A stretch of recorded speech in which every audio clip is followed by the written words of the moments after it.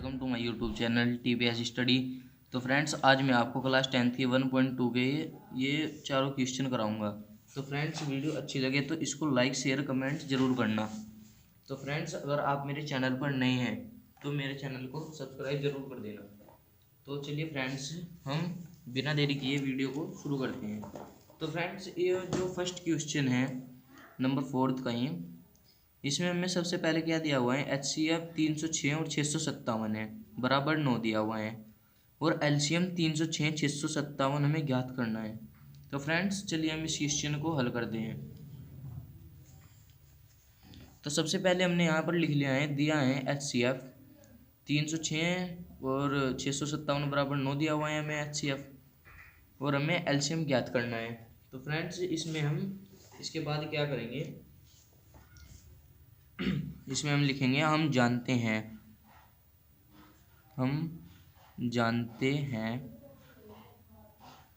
कि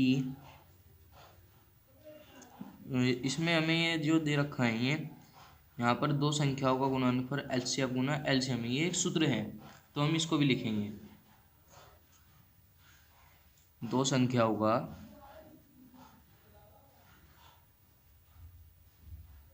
का गुणनफल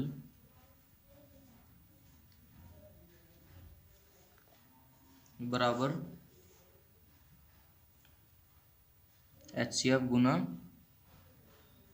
LCM। तो ये है। तो अब हम इसको इसी के तरीके से हल करेंगे। HCF में हम लिखेंगे 306 गुना, फिर 657 को हम 6 लिखेंगे, बराबर यहाँ पर इसके बराबर 9 है, और गुना LCM हमें निकालना है। तो हमें LCM निकालना है। तो अब हम इसमें क्या करेंगे, 306 गुना 6, यहाँ पर गुना में है तो हम इसको इधर इसके बटे में ले आएंगे, बराबर LCM। तो अब हम इससे इसको काटेंगे, 3 से काटा, यहाँ पर 3 बचा, मुझे 3 निकम 3 0, 3 दूनी 6, फिर 3 से काटेंगे तो यहाँ पर आ जाएगा 3 तिया 9, 1 और 2 बचा 12, 3 चौक 12। तो हमारा यहाँ पर आया 34 गुना 6 बराबर LCM। सॉरी फ्रेंड्स, इसे हमें 657 लिखना है, 657। तो अब 34 को हम 657 से गुना करेंगे तो हमारा क्या आएगा, तो यहाँ पर हमारा जो आएगा, मैं अभी गुना करके देखता हूँ, तो हमारा आएगा 2 2 3 3 8। तो हमारा यही आंसर आ गया। तो चलिए अब हम अपना नेक्स्ट क्वेश्चन करते हैं, और मुझे उम्मीद होगी कि आपको ये क्वेश्चन अच्छे से समझ में आ गया होगा। तो अगले क्वेश्चन में हमारे क्या दिया हुआ है, जांच कीजिए कि क्या किसी प्राकृत संख्या n के लिए संख्या 6n अंक 0 पर समाप्त हो सकती है। तो n हमारी प्राकृत संख्या है और संख्या 6n अंक 0 पर समाप्त हो सकती है, हमें इसमें बताना है। तो इसका आंसर बिल्कुल नहीं है, क्योंकि दोस्तों जो 6 होते हैं वो 0 पर कभी समाप्त नहीं होगी। तो हम इसमें इस क्वेश्चन में लिखेंगे, यहाँ पर हम क्वेश्चन नंबर 5 डाल लेते हैं। हम इसमें क्या लिखेंगे, यदि 6n स्क्वायर लिखना है के इकाई अंक 0 है, तो उसका एक गुणनखंड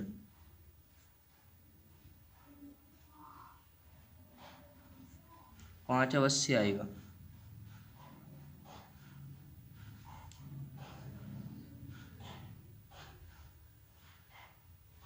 परंतु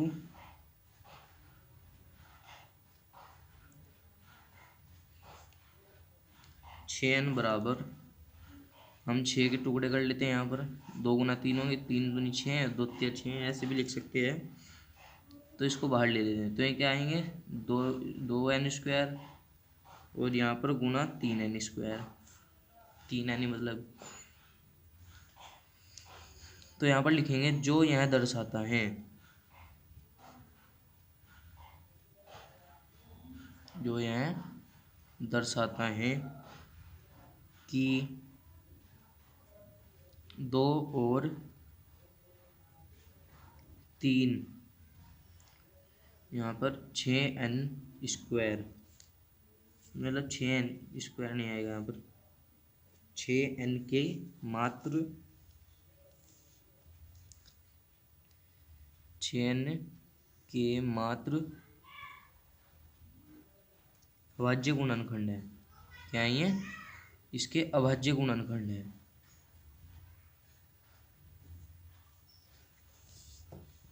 तो 6n का इकाई अंक 20 में, 6n का इकाई अंक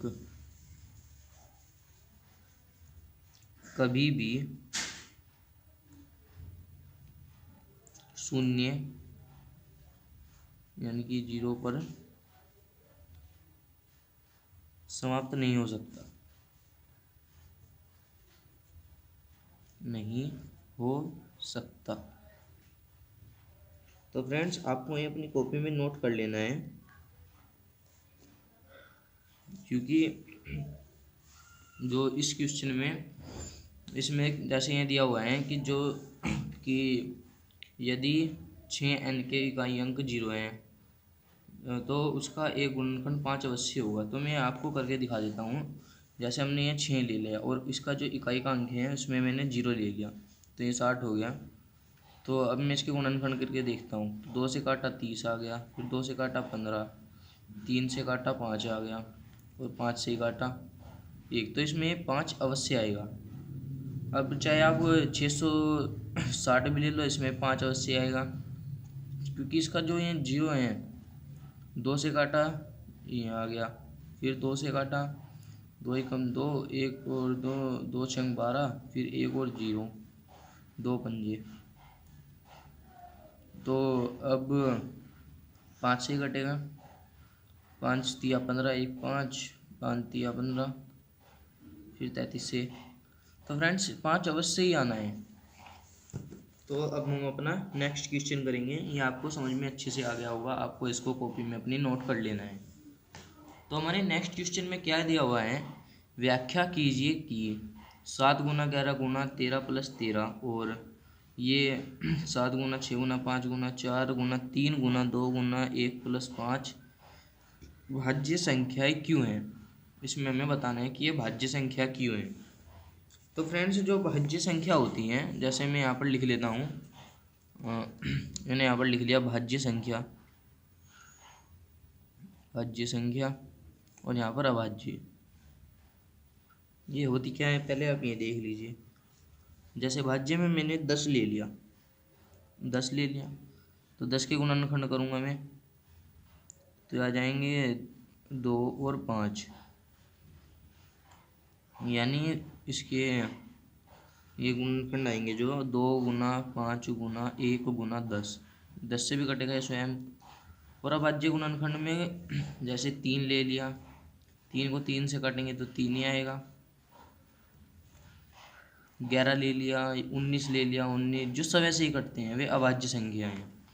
ये बात आपको नोटिस कर लेनी है। तो अब हम अपना ये क्वेश्चन को हल करते हैं। तो जो एक क्वेश्चन है इसमें हमें संख्या बतानी है, अभाज्य संख्या। तो माना एक संख्या, मतलब माना नहीं लिखना है, एक संख्या, वो क्या है 7 गुना फिर 11, फिर इसमें क्या दिया हुआ है 11 गुना 13 प्लस 13, ये है। तो हम मतलब इधर और उधर जो संख्या है वो 2 बार आ रही है इसमें, वो हमें कॉमन लेनी है। तो इसमें 13 आ रही हैं तो हम 13 को कॉमन ले लेते हैं। तो अंदर क्या बचेगा 11, फिर यहाँ पर गुना 1+1 ये बचेगा। तो अब दूसरी संख्या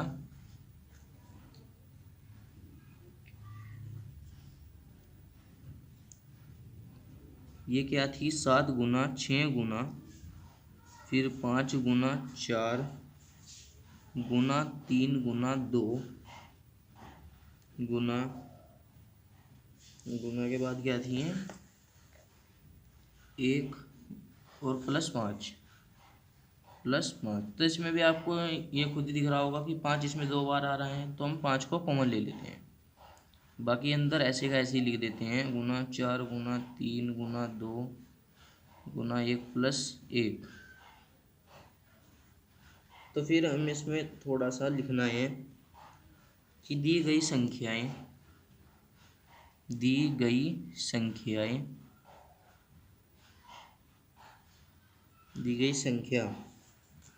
तो हमें पहले ऊपर वाली संख्या लिख लेनी है, 7 गुना 11 गुना 13+13।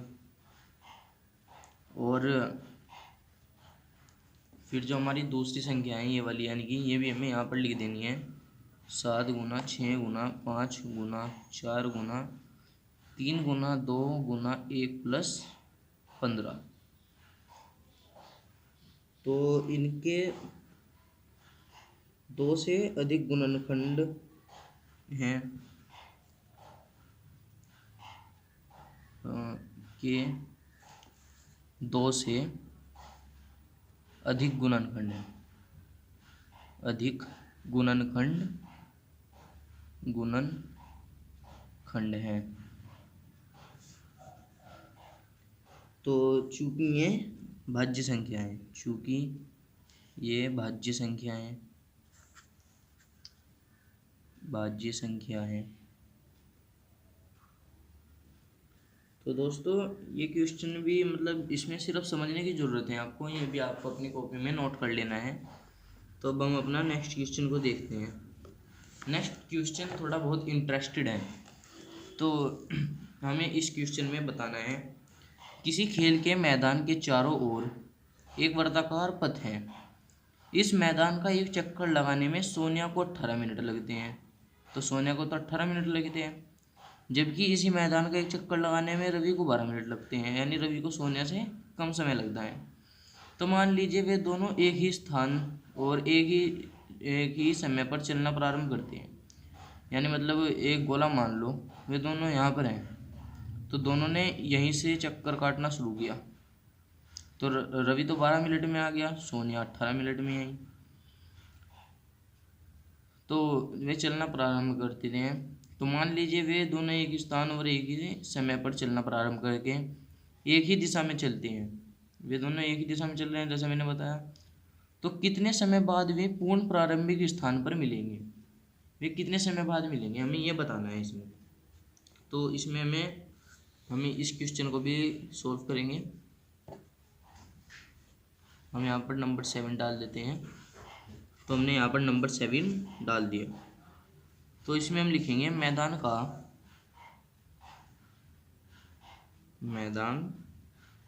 का एक चक्कर लगाने में सोनिया को लगा समय।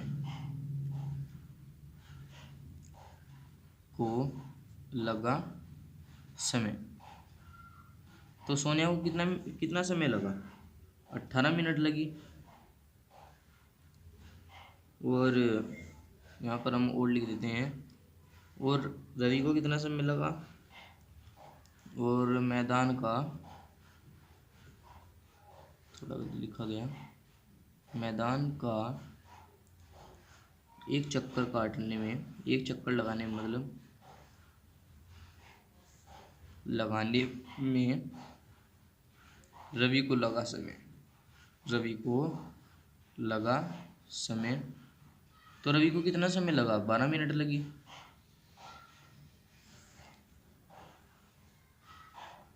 तो इसमें हमारी रवि को 12 मिनट लगी है। तो फिर उनके पूर्ण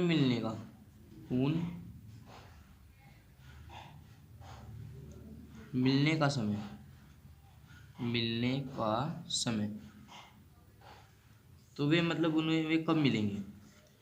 तो इसमें इन दोनों का एलसीएम ले लेना है, एलसीएम 18 और 12 का। तो हम उस एलसीएम को यहाँ पर लेंगे, ये 18 ले लिया और ये 12, इन दोनों को एक साथ ही लेना है इनका एलसीएम। 2 से काटा 9 आया और यहाँ पर 4, 2 नम 18, 2 चौक 12, नहीं यहाँ पर 6 आएगा, 2 छंग 12। फिर हम इसको दोबारा 2 से काटेंगे, यहाँ पर 3 आ जाएगा।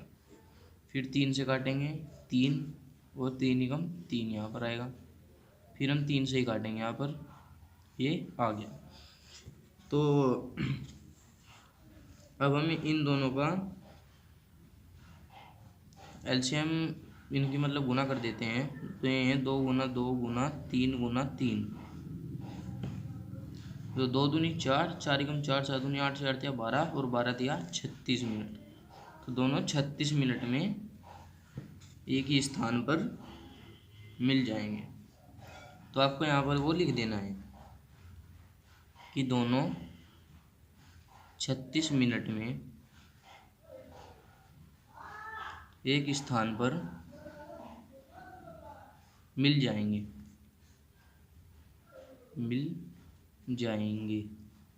तो उम्मीद है दोस्तों आपको ये वीडियो अच्छी लगी होगी। तो प्लीज़ मेरे इस वीडियो को लाइक, शेयर और सब्सक्राइब ज़रूर कर देना। तो थैंक यू दोस्तों।